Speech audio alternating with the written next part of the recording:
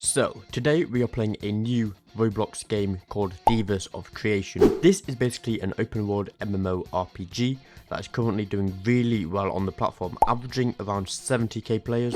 Before I get into the video, be sure to like and subscribe. It lets me know if you guys want more Devas videos, as I can definitely see myself putting a lot of hours into this game.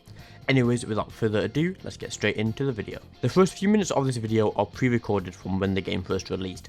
However, I will hop into the game and do a bit more progress in real time with you guys. So, to start off with, I had to make my character. The race I picked was Ethereal, which is basically the magic race. I want my final build to mainly focus on magic, so that is why I picked this race. I also spun for my trait. I ended up with the 13% chance, which was critical mastery. And because I didn't think I would get much better than that, I decided to keep it. Then obviously I had to customize my character's eyes, nose, hair, etc. And then it was onto the tutorial. The tutorial taught us how to climb, slide, jump and double jump, and even open a chest. I then got given some sick looking armor and a sword and was taught the basics of combat. I then also got given a bow and was shown how bow combat worked. Then it was onto the tutorial boss, which I can't lie, he almost killed me.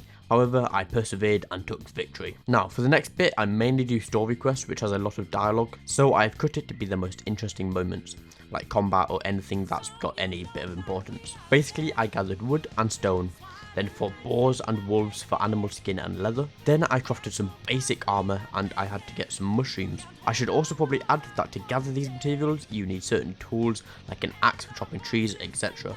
Which is why these quests I'm doing now are important, because that is how you get the required tools, if that makes sense. I then had to defeat 3 different types of enemies for some coins, stones and talismans. Now of course I had to spend some Robux. At first I was hesitant to spend some Robux, however I just couldn't resist spending money. I decided to get the collect all game pass, the starter horse mount, the starter pack, the quest slots expansion game pass and the daily reward boost pack. I also did a couple of spins of the storm scale mount chest, and let's just say I got nothing of note.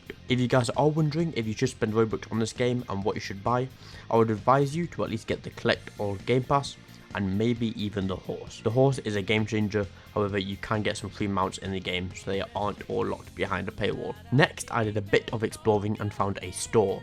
I decided to purchase a celestial staff which basically heals you, so combine that with something else like a dagger and you have yourself a solid build. Then I had to take out some assassins for whatever reason. I can't lie, I haven't really been paying attention to this storyline. Then I had to take out another 3 different mobs, and then I had to locate some people. This quest isn't really that important, however I thought I would show you the location of the 2 people in case you are stuck there, because I know I definitely was. You can find Ella in the bush located behind the main hut where you first speak to the ogre.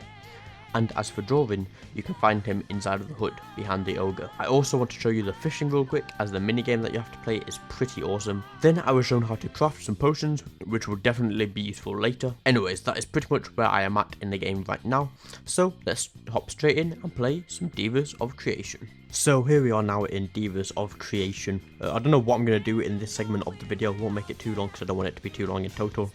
But I need to defeat Gulkar to get these Astro Flares. He's like a big ogre, I think, but I don't know. I think I might save that for when I stream this game and try to do that then. I'm just going to go around explaining a little bit about the game, explain what I like about it, maybe anything that I don't like about it.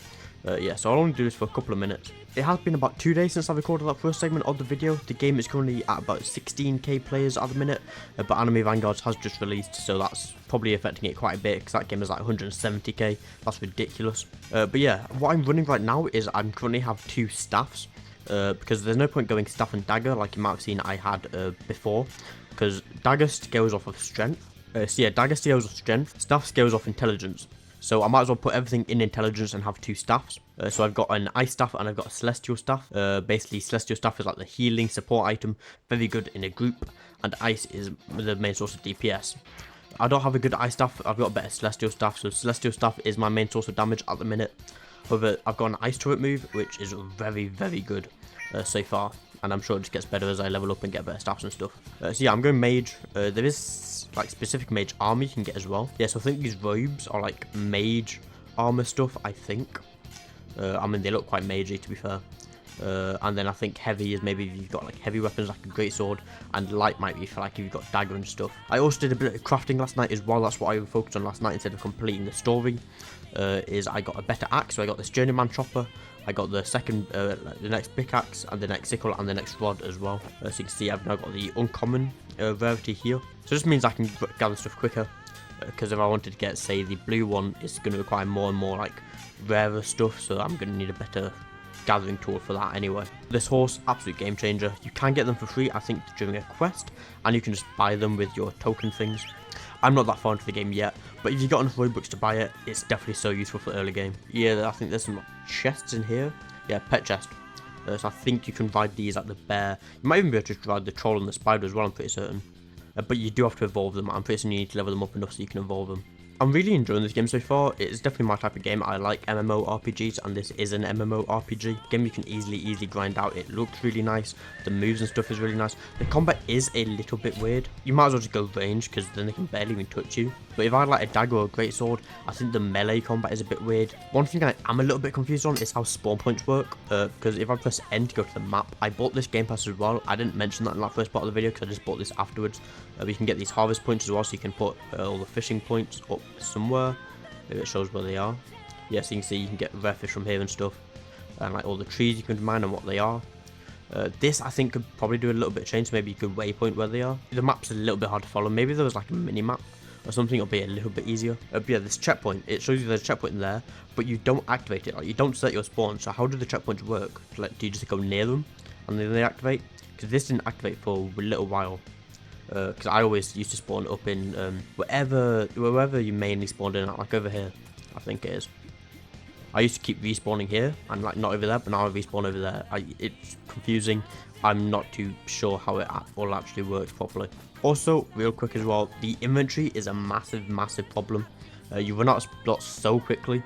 I did buy some with Robux. If you buy them with Robux, you get like 6 in 1. However, if you bought them with the currency, you only get 1. Which is a bit of a shame, but it makes sense, I guess. It encourages you to spend more Robux, which is always good for the developers. There is also a banking system as well, where you can store stuff. I'm mainly storing my scrolls in here right now, because I'm not really using these. It keeps a little bit of storage. Once again, you can buy stuff with Robux, and it gives you 6. Or you can buy it with the currency and it gives you 1 slot. So it's always good to store stuff in here. If you've got a weapon, like your starter weapon, just go sell it, get some currency of the stuff back. You don't need many weapons to be stored, unless they're like legendaries and they're quite rare. Then you can probably store them if you're not using them, but they're quite rare, if that makes sense. There's also a bunch of side quests as well laying around that you can do. Some require different levels. You may, or when you started the game, see some guy roaming around on a mammoth. This guy right here.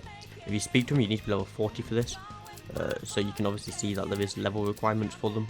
So I guess that's a good way to get XP. You do get quite a bit of XP just from killing things as well. Now the last thing I am going to mention is there are clans. So you can obviously join a clan as well. I think that's to do with your Devas. Yeah, your faction is to like the Devas thing.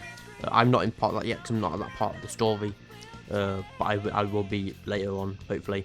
So I'm not too sure what this does as of yet. This is how you get like a faction token kind of thing. This is how you like buy from the store and stuff. As of right now, just from the looks of them, I might go for Thar.